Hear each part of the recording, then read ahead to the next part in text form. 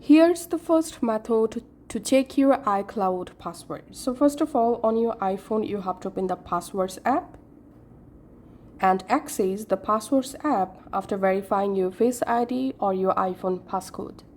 In here, tap on Search Passwords box and type here Apple. And here you will find all your saved iCloud or Apple account credentials. Just select the account you want to check password for. Tap this password field and your iCloud or Apple ID password will be visible just like this. And now let's see the second method.